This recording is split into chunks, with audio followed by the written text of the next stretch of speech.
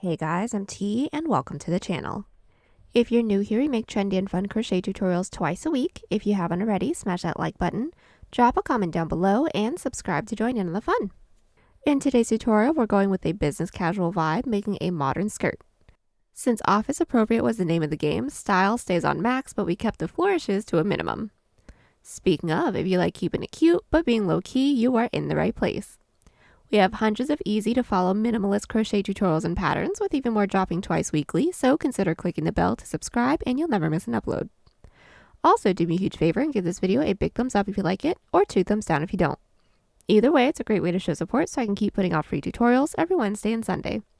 Now, it's time to get on the show, so without further ado. For this project, any category 3 yarn will work, but I used a total of 135 grams of yarn. That's 480 yards if you're stateside. As for tools, a 4mm hook, scissors, stitch markers, and a tape measure. There is a written pattern down below. Use offer code TCDDIY for a discount off any $9.99 plus order. Enter this week's pattern giveaway by telling us if you've started any holiday makes yet, gifts or decorations. Haven't yet, but would love to start soon.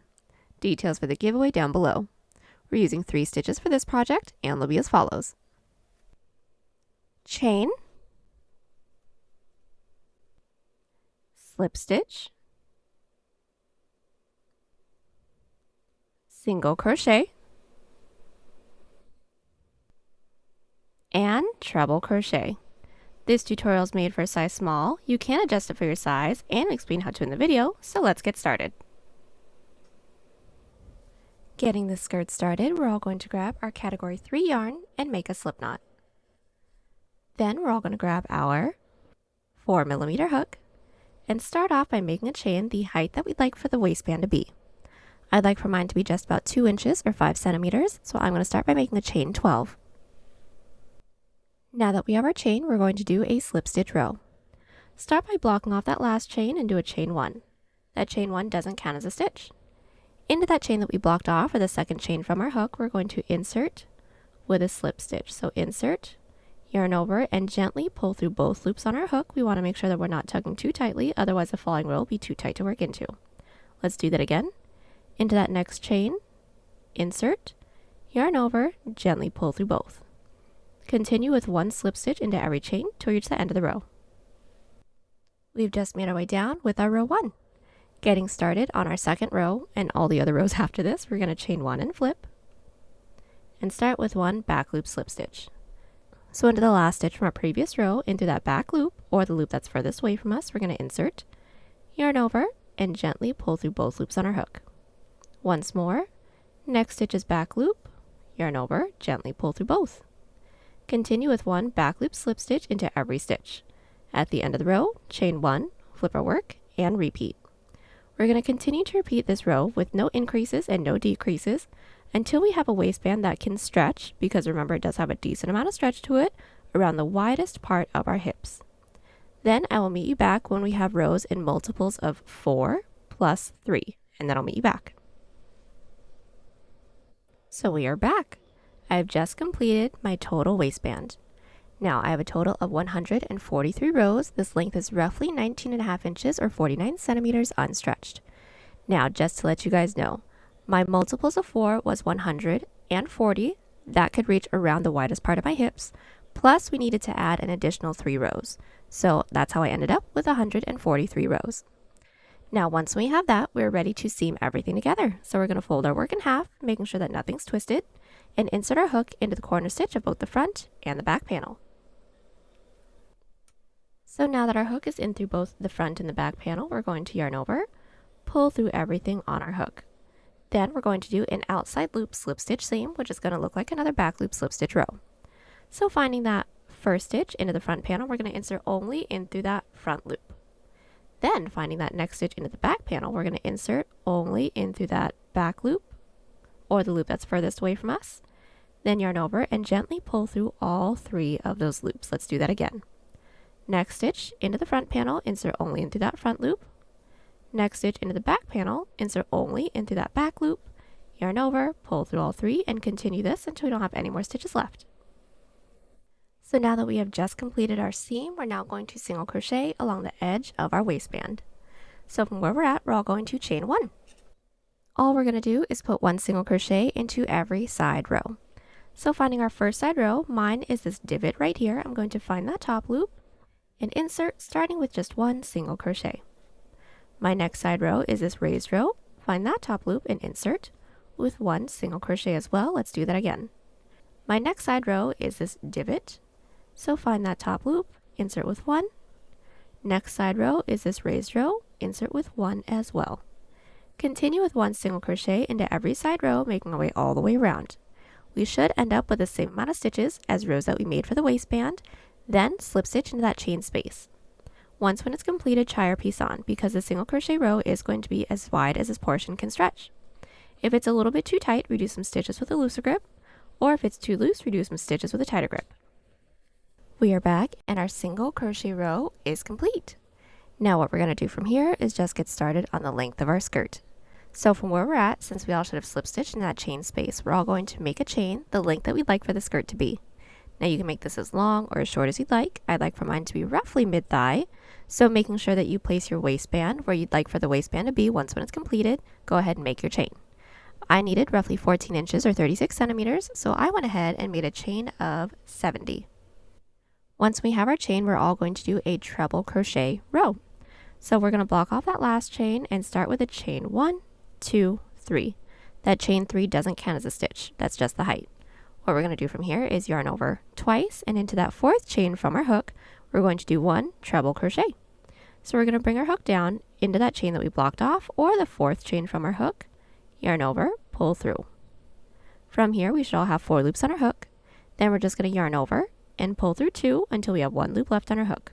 So yarn over, pull through the first 2 loops, yarn over, pull through the next 2, yarn over, pull through 2. That is our first treble crochet completed. Let's do that again. Yarn over twice.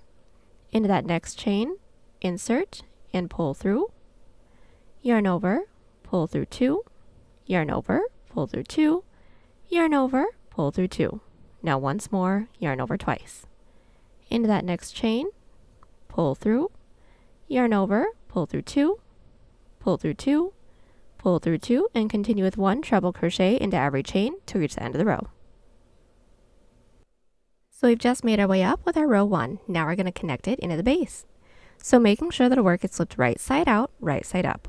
We're all going to need to insert our hook in towards the left, and we're doing that because the ribbing that we're going to have for the body isn't reversible. Once we're all making sure that we're working in through the right direction, we're all going to start by counting up the next 1, 2, 3 stitches into the base. The base is going to be that single crochet row that we just did. Now into that 3rd stitch into the base, we're going to insert with a slip stitch. Now that slip stitch into the base doesn't count as a stitch, that's just to connect. Then we do need to work our way up to the following row, so we're going to slip stitch into that following stitch into the base, still doesn't count as a stitch, and flip our work. And now just put 1 back loop slip stitch into every stitch. So starting with the last stitch from our previous row, not working into any of those stitches into the base, slip stitch into that back loop, yarn over, gently pull through, and from here continue with 1 back loop slip stitch into every stitch. We are at the end of our row 2. Now it's just going to be a repeat of our 2 previous rows, all within the back loops. So let's just get the following row started. We're going to chain 3, flip our work, and put 1 back loop treble crochet into every stitch. So again, yarning over twice. Into that last stitch from our previous row, we're going to insert into that back loop, yarn over, pull through, yarn over, pull through 2, pull through 2, pull through 2, continue with 1 back loop treble crochet into every stitch. So we've made our way down with our row 3. We're going to connect it into the base together once more. So just like the previous row, we're going to start by counting up the next 3 available stitches into the base. So here's 1, here's 2, here's 3. Into that 3rd stitch into the base, insert with a slip stitch. Remember that doesn't actually count as a stitch. Then since we're here, slip stitch into that following stitch into the base. Still doesn't count as a stitch, flip our work. Then put 1 back loop slip stitch into every stitch, and that's it. From here, continue to repeat these 2 previous rows with no increases and no decreases, making our way all the way around. When we don't have any more stitches left to work into, I will meet you guys back so we can seam it all up together. So we are back. We've made our way all the way around with our treble and back loop slip stitch rows. Now from here, we're going to seam everything together. Now, as you guys can see, I went ahead and already seamed mine together, but since the last row should be a back loop treble crochet row, our seam is going to be an outside loop slip stitch seam to make it look like all of our other back loop slip stitch rows, and it is going to be done the same way as our waistband. So I'm just going to talk you guys through it. Making sure that our work is slipped right side out, right side up.